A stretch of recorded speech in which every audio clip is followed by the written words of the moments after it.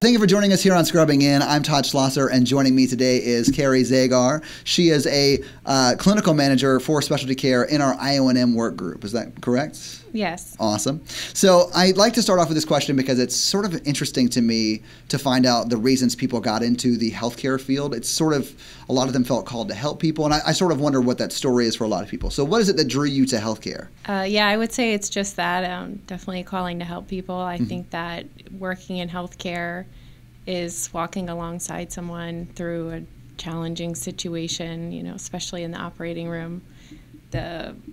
Whatever the patient is going through is usually a life-changing, or, you know, like it's an event in their lives that they're going to look back and they're always going to remember that day, whether it was a day that they, you know, were able to recover from, you know, an injury or just severe debilitating pain or cancer or something that, Sure. you know, and just walking alongside people through that and being able to support them through such a significant time. And I just love math and science, and the human body fascinates me. Yeah. And there's just so many systems and there's so much to learn, and we're just always learning in healthcare.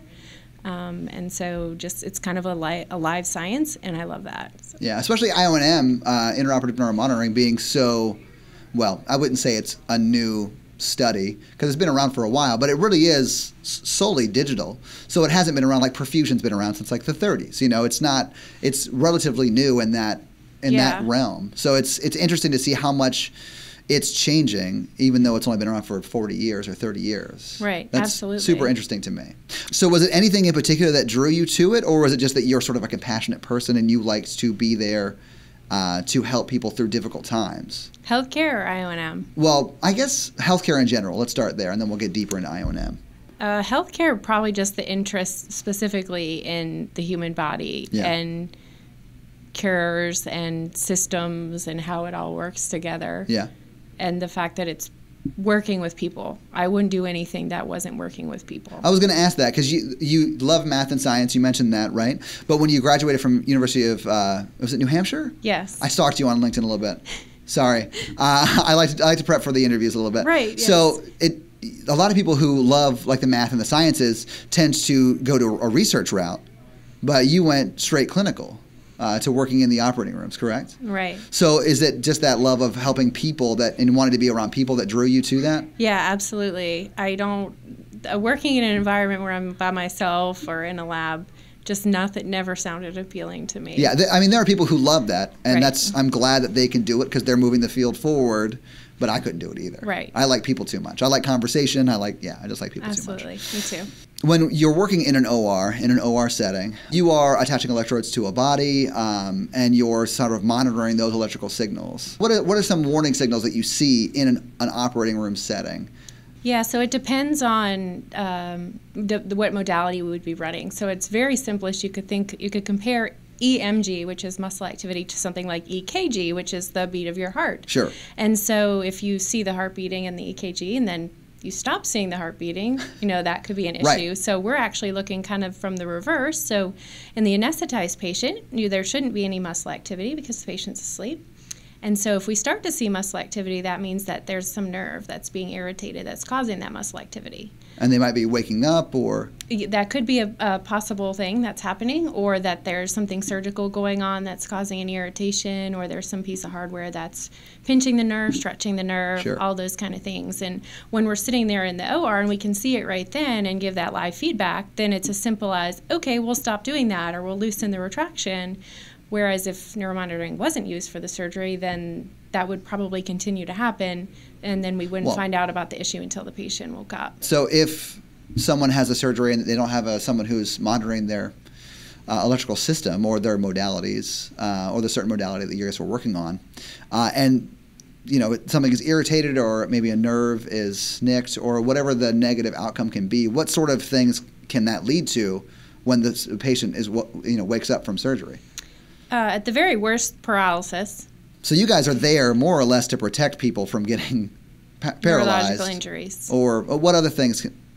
Less severe things would be just a nerve irritation, neuropathy, nerve damage. Okay. So patients could wake up with some weakness. A common thing that we'll see one of the nerve roots is particularly sensitive, the L5 nerve root, so a patient might wake up with a foot drop, which means when they're trying to walk, that foot doesn't lift quite as well as it normally would. There's weakness just in that one muscle. Also severe pain. If a nerve is damaged, we'll see that often. If there's a screw that's placed in the spine and it's kind of pinching that nerve or touching the nerve, then patients could wake up in severe pain from that nerve being damaged or irritated. I sort of have this in my mind that surgeons are very curt, very to business, right? And they want it to be done a certain way, and if it's not done that way, it's going to sort of annoy them. And that's probably just something I have to get over. And it's probably because I watched too much ER as a kid. But like, yeah. So okay. So I call that Thursday Night Football, but we can talk about that later. I don't.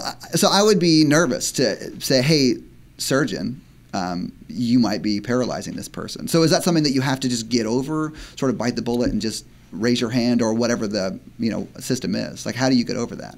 Yeah, that can be certainly a challenge. I think that you are mostly right about most surgeons, and all surgeons are professionals. They've trained for years and years and years, and so they're trained to be very quick and effective with their decision making. They're not really trained to second guess themselves, for good reason. And so it comes to relationship a lot. And then the communication isn't as hard.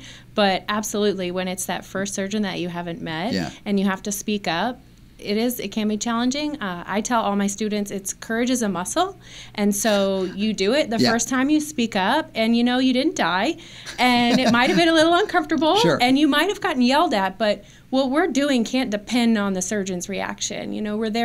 We are there for the patient, we're there for the surgeon's aid, but we're there for the patient, and our job is to speak up, and whether or not he responds positively or negatively can't depend or can't affect what you're going to do. You're still going to have to report it. So, yes, but I guess you just kind of get used to it. You just sort of have to bite the bullet and do it. And ultimately, you're speaking on behalf of the patient who can't speak for themselves. So there's sort of an empowerment there, I think. You're trying to make the surgery safer, which ultimately is better for both the hospital and the surgeon, just through... Absolutely. He wants you to speak up. As much as he doesn't want to hear the bad news, he'll thank you later. Sure. I'm sure that's true.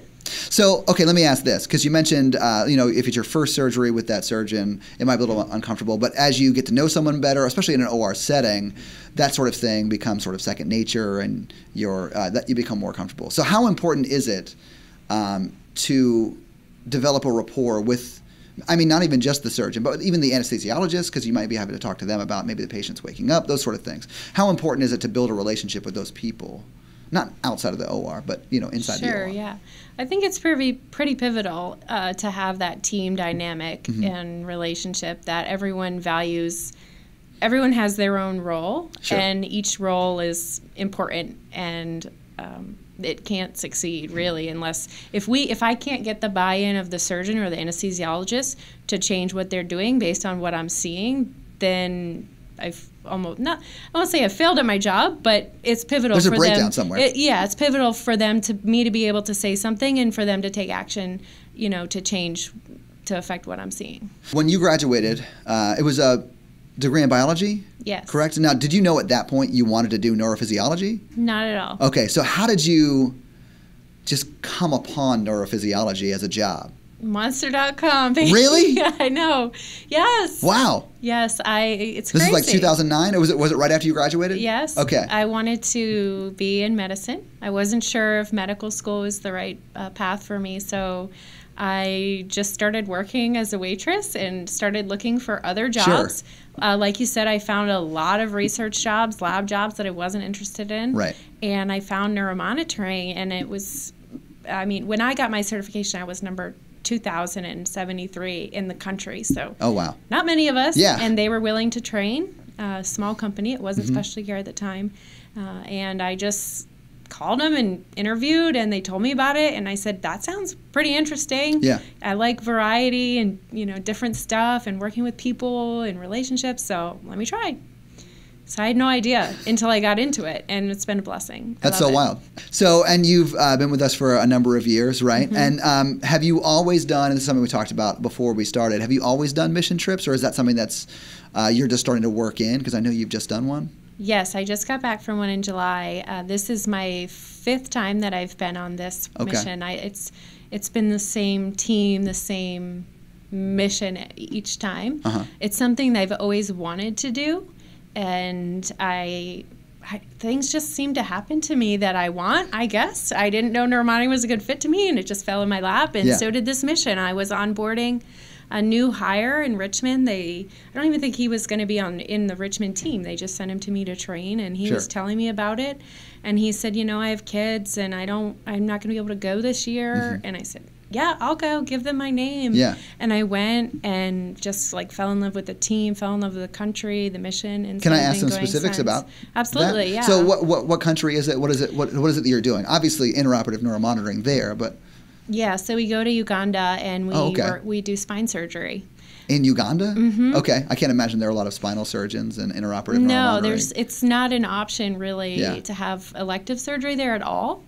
They do things that are, burns or trauma if you have a giant hole in your head or something. They'll operate. Yeah. Elective surgery isn't an option, and one of the big problems that I think is what started the mission is the congenital scoliosis on the kids.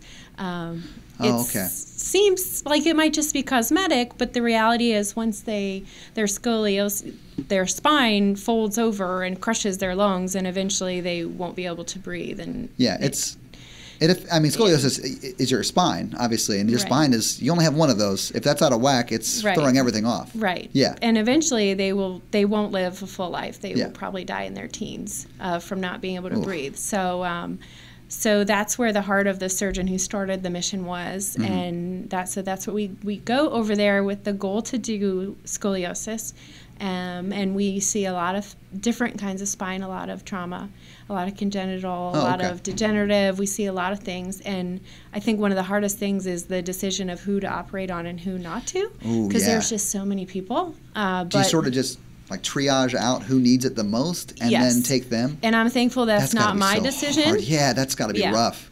Seeing the surgeons have to go through those decisions, it seems like I think it wears on them, yes. But they're helping, we're helping some. Yeah. And making a life difference for the ones that we do help. And I'm sure loads of people that you're actually able to touch and help.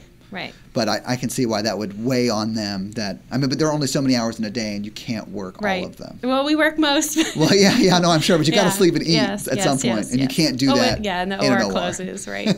Yeah. Was it just sort of a calling to do that sort of mission work, or was it just a need to help people that drew you to that? Yeah, probably the calling need. I've always felt I always have a heart for, I guess, people who I view are oppressed or don't have the privileges that I've had. Sure. And certainly in this country, like I said, we have, whether you like our healthcare system or not, we have the ability to get care. Yeah. And, globally there are just so many people who don't, and they just don't even have an option if they need a life-saving procedure. They don't have a surgical option. It's just a death sentence. So I've always had a heart to be involved in that. And so once it was offered to me, I just scooped it up. Is that like a once a year type thing, or is it whenever they come up you go? Once a year. They are trying to get grant funding so they can go 4 times a year, quarterly, just to get more continuative care of the patients there. But hopefully that will come through. Yeah. Well, thank you so much for being here on Scrubbing In. I really appreciate it, Kari. I've learned a lot, and very compassionate. I enjoyed the conversation. Thank you so much. Yeah, thank you.